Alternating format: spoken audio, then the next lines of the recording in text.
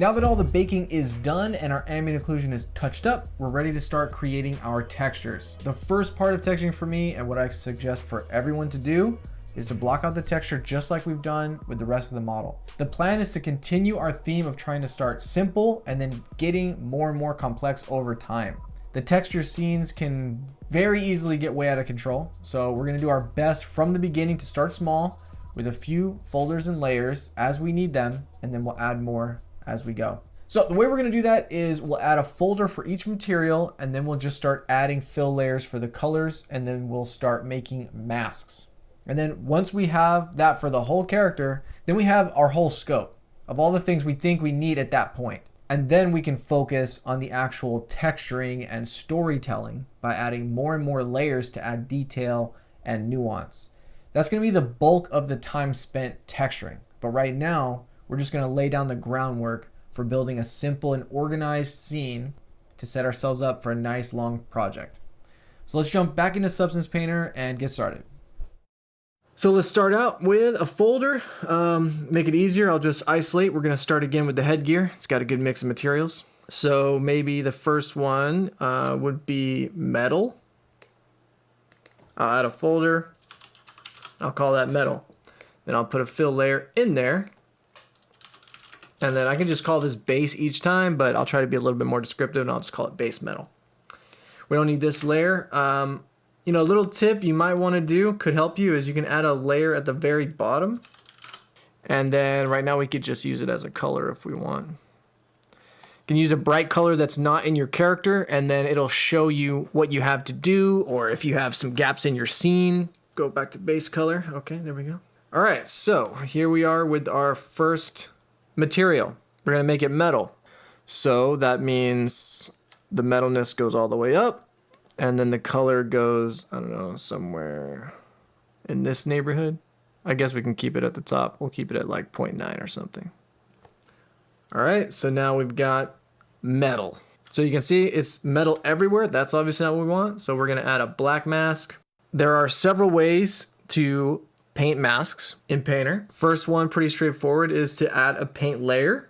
And then, you know, we could just paint where we want this mask to go, like painting where the white is where we're allowing everything to happen. So that's just with a brush, but also with a paint layer. We can come over here to the selection. We can do a polygon fill. We can do a UV fill or a mesh fill. So in this case, it'd be easy to do that, right? We could just tap that, tap that, tap that, tap that. Oop. Actually, that's okay. Yeah, do both of them. There we go. All that's metal. All this is metal. These look like they're metal. This is all metal. So again, keeping it super basic, you know, we can add nuance later. Right now, we're just defining the materials. What is what? And really, we have metal, we've got leather, we've got bone, and then maybe we got cloth on here for like the wrapped stuff. Then we got maybe like this gem stuff. So that's metal. Now we'll do bone. Drop this in here. Let's see for color. Yeah, this is not too bad actually. We'll leave that. And then roughness for bone's gonna be pretty high, 0.8. Metalness is gonna be black. It's another little tip if you want, you can keep this base layer down here and you can just make everything black.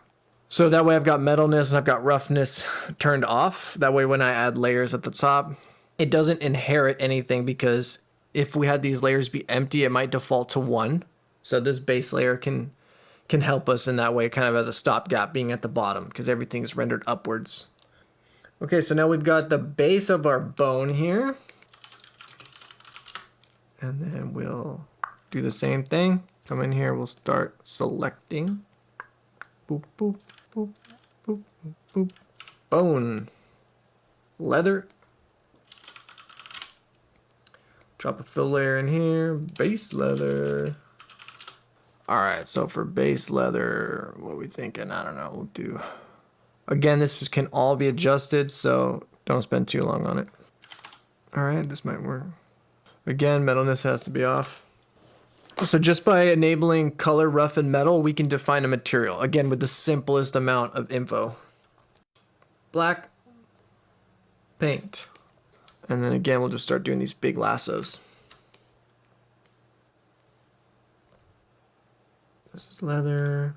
Here we have an example of something that would be good, because I can't lasso select this whole mesh, right? So this is why we went through all that trouble of doing the poly paint and ZBrush. And that's gonna let me get started by selecting using a color selection. So let's go through that right now. So right now, if I were to check my ID, my mesh map that I baked for ID, I get gray. And that is because if I come over here and I go to ID, you can see color source was set to material color. So that's not correct if I want to use polypaint. Polypaint is vertex color. So if I go to change it to vertex color and I just do only the ID, you can come in here and we can do another bake. So we're going to go through the process here, which I think is super important. That's what I want to show. So I'm going to go back up to the project configuration. I just saved it, by the way, so nothing bad can happen. And then I'm going to choose my bake FBX rather than my mesh. That's why I keep these separate, because I made the configuration that does the bake, and then I did the complete version that I can see in context called mesh. That way I have these separate, and I also have them in separate groups in Maya, so that if I ever wanted to make any changes to the mesh, I can do that. I can adjust the size, I can mirror objects over, I can change whatever I want. And I can go back to the bake mesh. So that's what we're going to do. Okay, click OK. And then you're going to see Substance do its thing. Now I'm going to rebake to get my ID maps. So I'm going to come back to bake. I've got ID on. I got vertex color.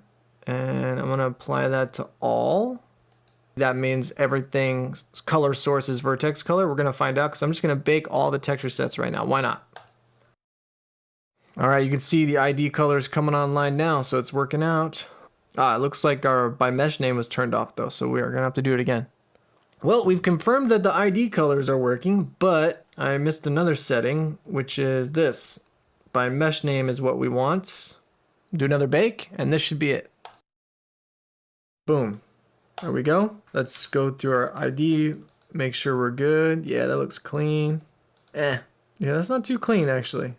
I'm going to come over to the headgear. I'm going to do a little test and see if the anti-aliasing makes it better or worse. Let's do that. All right. Yeah, that looks better actually. Kind of makes me want to do the full one. Let's see. Does the full one make a difference? So this is it now. Still little bits and bobs. I mean, we're going to have to clean stuff up. This is by no means going to be a perfect thing. It just jump starts making masks. Trust me, it's better than starting from scratch. So I'm going to try 8x8 and just see what happens here. Okay, there we go.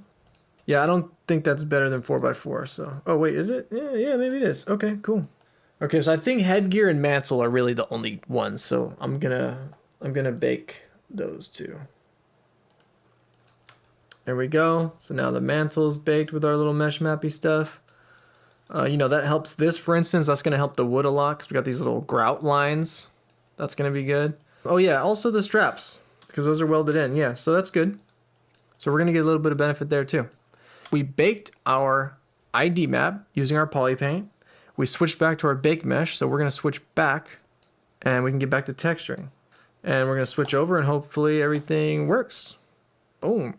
There you go. The power of Painter. Okay, so back to what we were doing. I was coming in here to the headgear. We'll isolate this. And I wanted to use this new, shiny new ID map to get started on the leather. So let's try that. So I'm going to add a color selection. Gonna hit pick color. I'm gonna hit blue. There we go. I can put that below my paint layer now. So that's the first thing that happens. Then we have a paint layer on top. This paint layer being on top lets me fix stuff up essentially. So there we go. I can come in here. Maybe I just want to make that all leather. So you can see these, this poly paint is not perfect, but I just feel while I'm doing the high poly, while I'm doing the decimation, it's trivial for me to add that step.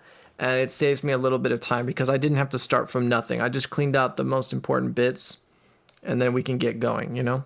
It also lets me already identify what's leather. So, I've already done that. And then I've got this paint layer if I need to do any cleaning up, but now we've selected all of our leather. Happened pretty quickly. And now we can carry on with the rest of the materials. Looks like I didn't do this bone right. I'm going to remove this mask. I'm going to add a black mask. And then I might as well add a color selection since we got that now. And then boop, green. And we'll add our paint layer. We'll Looks like we have our bones selected now. Good.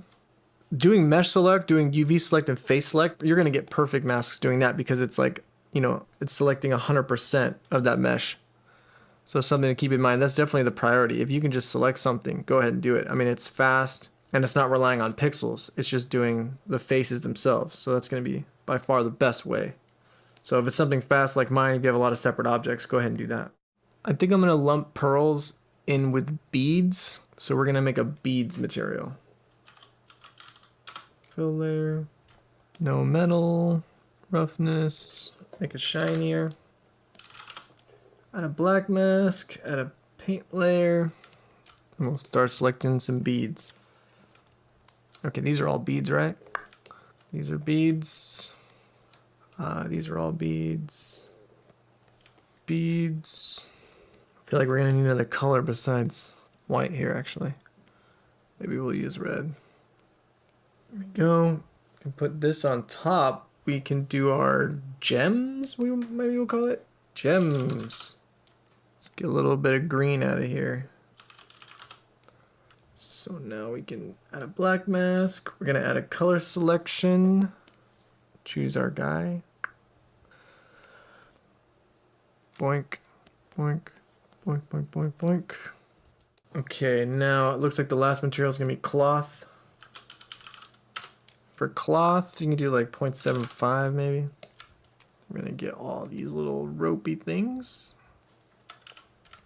All right, so that's the headgear texture set all blocked out with everything I think I need for now, and I can get more granular from here. So now I'm gonna do this for the other texture sets, and then I can start working on refining the materials, making them more believable and adding things as I need. Once everything is blocked out, then you can start the full texturing process. So let's take a look at what that process was like for me.